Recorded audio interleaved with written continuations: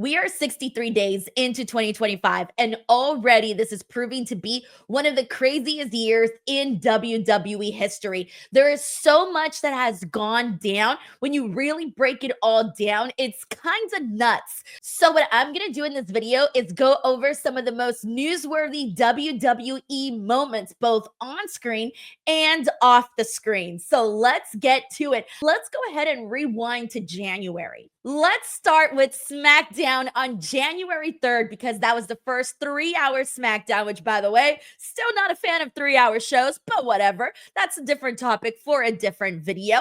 But we started things off with Tiffany Stratton successfully cashing in her Money in the Bank briefcase and winning the championship. That was a big moment that had a lot of people talking. Now, since then, I feel like her reign as champion should have been booked a little bit stronger. I totally had a different vision for what I thought they would be doing with Tiffany Stratton, but there is still plenty of hope. Of course, she is on her way to WrestleMania to face Charlotte Flair.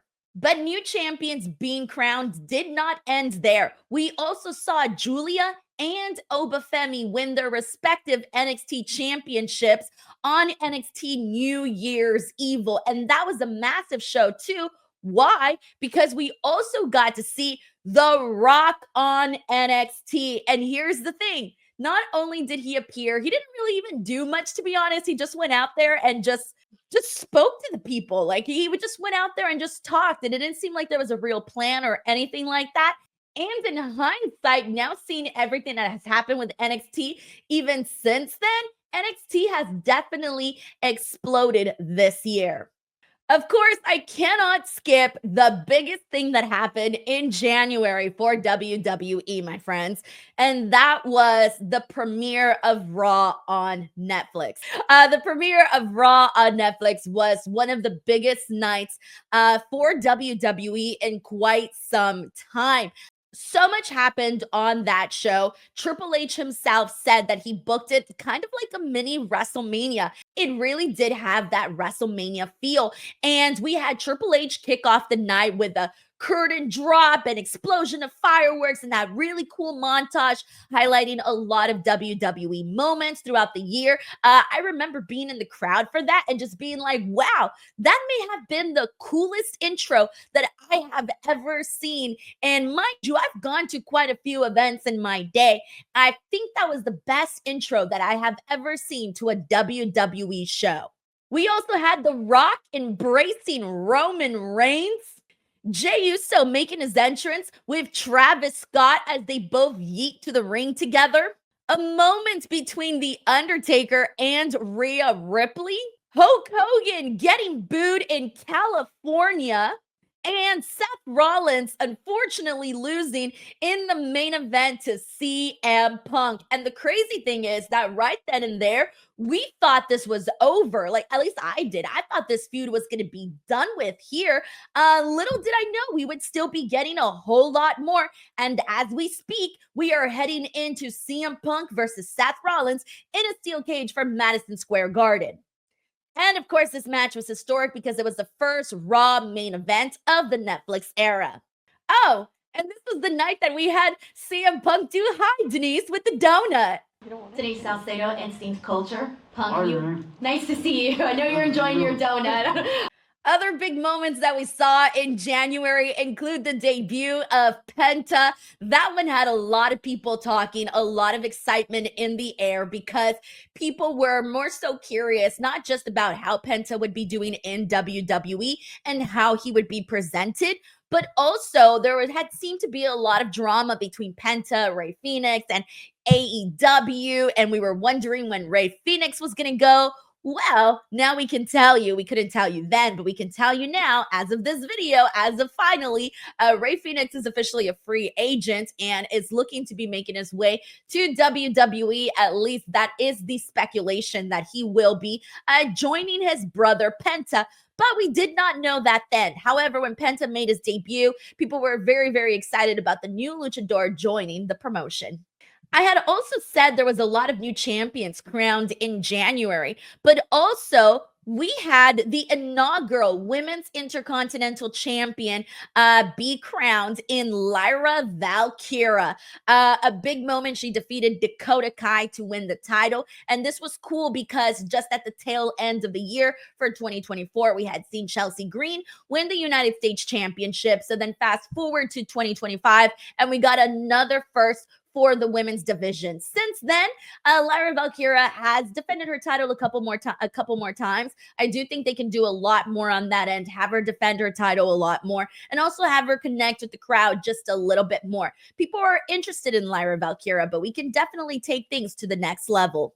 I also just realized that January was a really good month for women's wrestling because we not only had the new champions be crowned and all of that, right? But we also saw Bayley and Roxanne Perez have their first closing of the show on NXT, where that whole debacle happened between those two girls. And God, like, I haven't even gotten into everything that happened with Roxanne Perez, Julia, Cora Jade, Stephanie Vaquer. I mean, that within all of those names intertwined together for the 2025 year has been massive, and it's been keeping people fed over on the NXT side, because what do we say for the NXT women's division? The women are money. And truly, this has been a good year, not just for women's wrestling, but specifically for NXT and their women's division. I think they're really clinching that spot of saying we are some of the top women. And we'll talk more about those women in a second. On Raw, we had the Cody Rhodes CM Punk confrontation. There was a lot of really good CM Punk moments already this year. We had the CM Punk Cody Rhodes confrontation. Jesus, just last night we had CM Punk cut like a mini pipe bomb on The Rock, John Cena, Seth Rollins, hell, even Becky Lynch got thrown in there. So CM Punk is having a hell of a year already. Some more newsy stuff that went down in January. Bad Bunny says he wants to return to WWE. Logan Paul posted on Instagram about it. We're still waiting to see where that sort of goes, if that even goes anywhere. We'll find out. Corey Graves had a bit of a rocky start to his year. He tweeted out about not being famous enough, and then kind of got, I don't know if the right word is demoted. He maybe kind of got demoted going from the main roster commentary over to NXT. So yeah, I'm going to say demoted is the proper word. I just didn't want to shade NXT at all. But at the end of the day, it's still considered a developmental brand and not a main roster brand. So yeah, demoted's the word. We saw Vince McMahon settle for $1.7 million over U.S. Securities Exchange Act violations, meaning that according to the SEC, Vince McMahon did not inform WWE Board of Directors, accountants, or legal department of hush money payments he made in 2019 and 2022 to two women in exchange for non-disclosure agreements. The SEC stated that this failure circumvented WWE's system of internal accounting controls and caused material misstatements in WWE's 2018 and 2021 financial statements.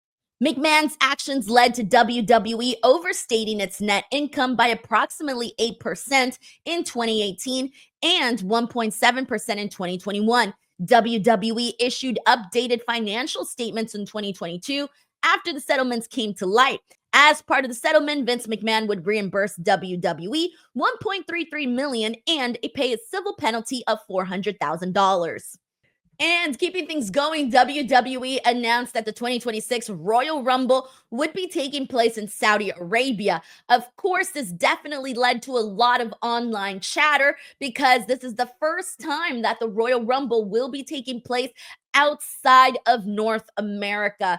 And that being in Saudi Arabia, which, as many of you guys know, is a controversial topic when it comes to WWE's relationship with Saudi Arabia.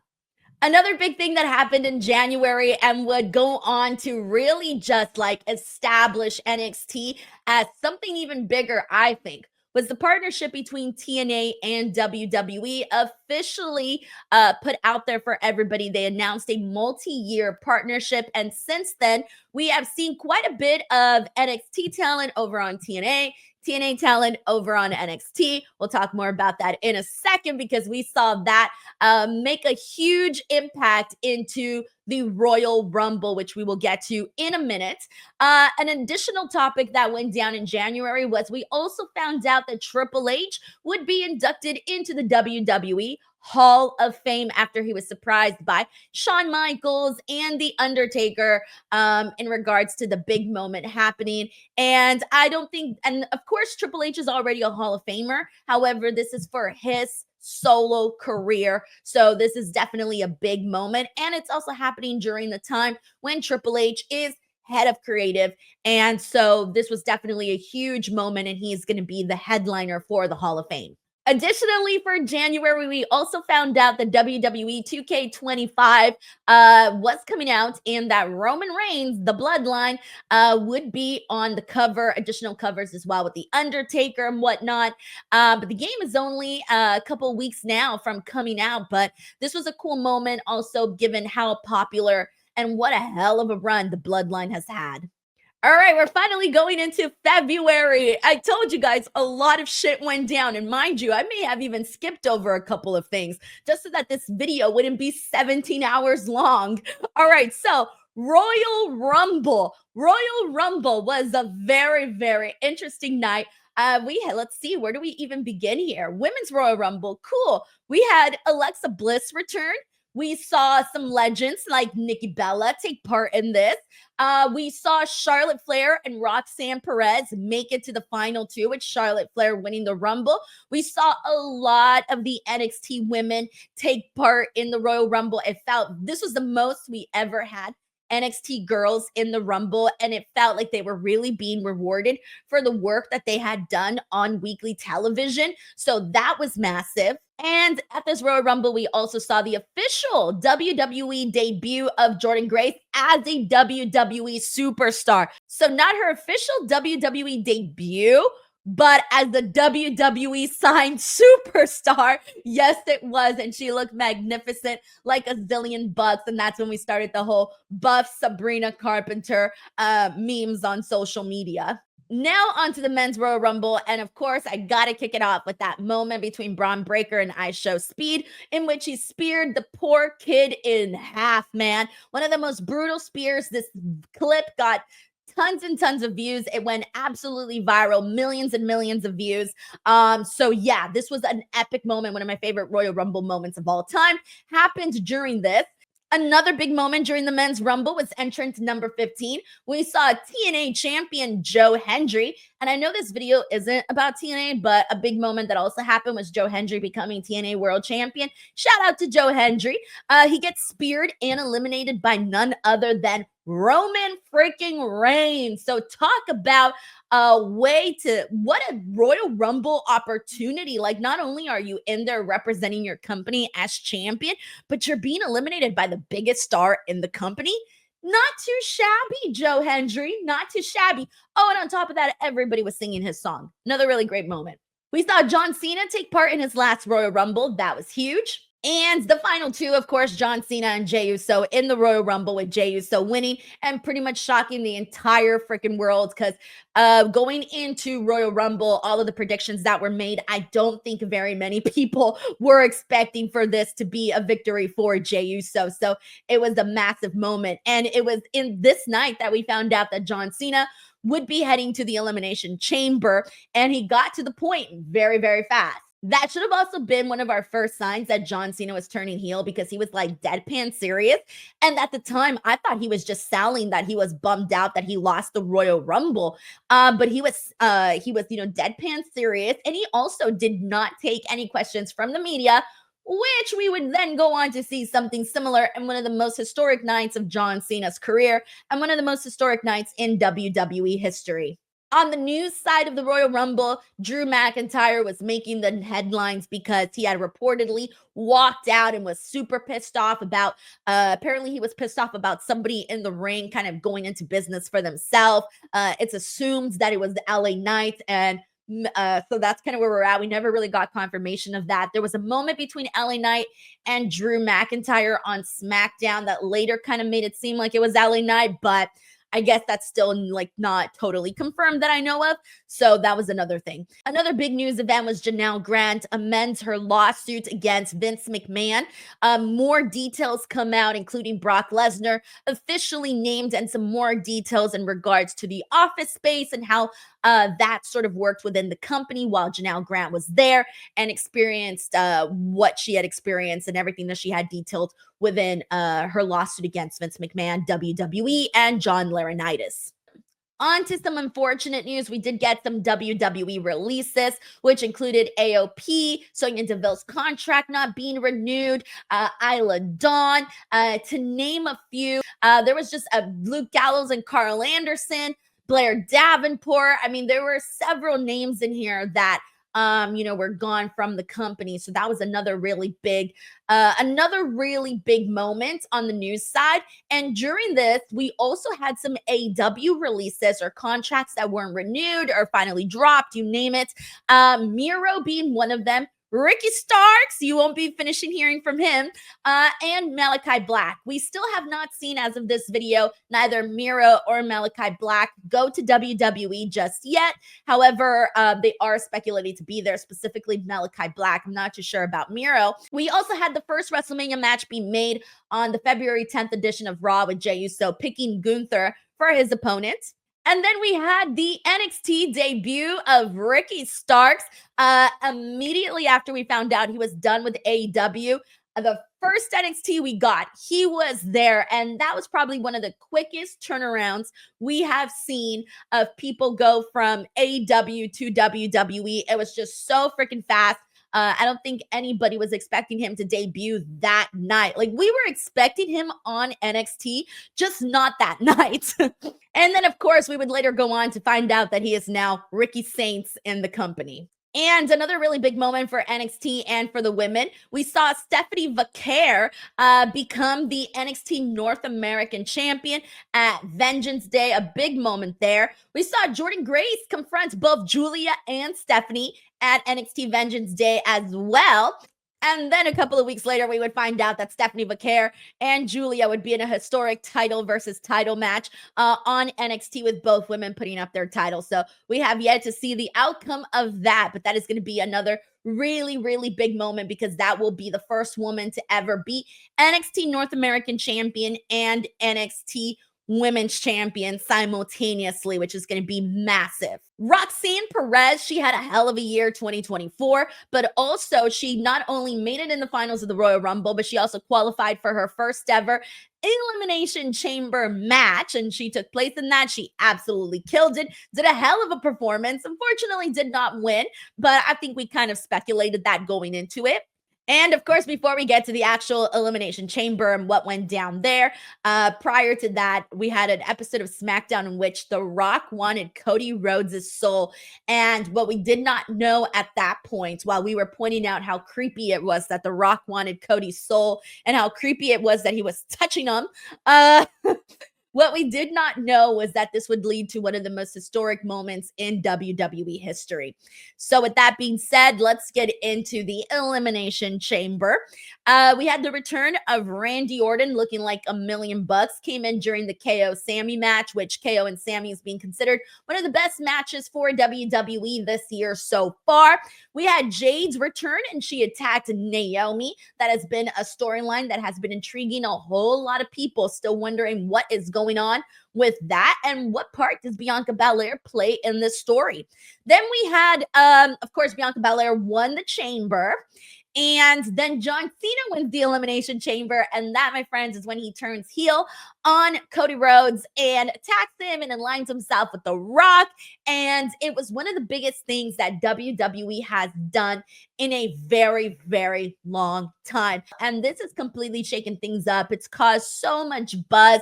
Like, we were talking prior to this about how the build to WrestleMania felt a little stale. There really wasn't much going on. Well, now there are a bunch of people apologizing to Triple H online in jest. Maybe in jest. I don't know. In jest or not in jest. I don't know. Apologizing given that the man is definitely starting to get the ball rolling and the creative has definitely turned upside down in the sense that people are now even more so excited about WrestleMania and what might happen because as of right now, we got Cody versus Cody versus John Cena for WrestleMania. And it's wild that we're sitting here even saying that out loud. I mean, I think a lot of us were sort of predicting that, but we weren't sure who was going to be the heel. Was it going to be John Cena or was it going to be Cody Rhodes? A lot of people thought we would be seeing corporate Cody, but no, we're seeing corporate John Cena. Very exciting stuff. And it's definitely shaken a lot of things up and gotten people very, very excited. And then I might as well add last night's Raw episode, a very newsworthy one. If you want to check out the Raw review, that is up here on the channel. But a massive, multiple moments being CM Punk calling out The Rock, calling him a bald fraud, and saying that he's going through a midlife crisis, calling out John Cena for the heel turn, calling out Seth Rollins, Becky Lynch even. Becky Lynch put out a tweet about coming and getting your man and put that picture, quote retweeted a tweet from a fan about CM Punk and Roxanne Perez having the same gear. And then she deleted the post. So it might have been a little bit too risque. I was all in, but I get if she deleted it, I think I get why she deleted it. So I don't blame her on that, but it was very, very funny though. I'm not even gonna lie. Very, very funny. Maybe not funny to other people, but funny at least to some people. Anyways, so we had that awesome brawl between CM Punk and Seth Rollins. And then we had Io Sky in a shocking victory over Rhea Ripley. She was just very, very distracted by Bianca Belair. So Rhea Ripley kind of screwed herself, unfortunately, in this and ended up losing her title, which she had just won over at Raw and Netflix at the top of the year. So yeah, this is kind of insane that all went down. But I'm trying to think. Mind you, there was a lot more stuff that happened throughout the year. I probably didn't even cover everything, so I'm sorry. I've been trying to keep notes and write things down. Sometimes I get so caught up in everything else that I forget to write things down. But I try to go back after almost every show and write down the big moments. So I'm sorry if I forgot anything. If I did, throw it in the comments section. Just don't roast me. Don't roast me, please. And I hope you guys enjoyed this video and let me know what have been some of your most favorite moments in WWE for the year 2025. And mind you, we just got started. All right, everyone. Thank you so much for watching. Don't forget to subscribe to the channel and I'll catch you on the next one. Also, before you go, if you enjoyed this video, may I recommend my reaction to John Cena turning heel. Feel free to check out my Elimination Chamber review. Bye, everyone.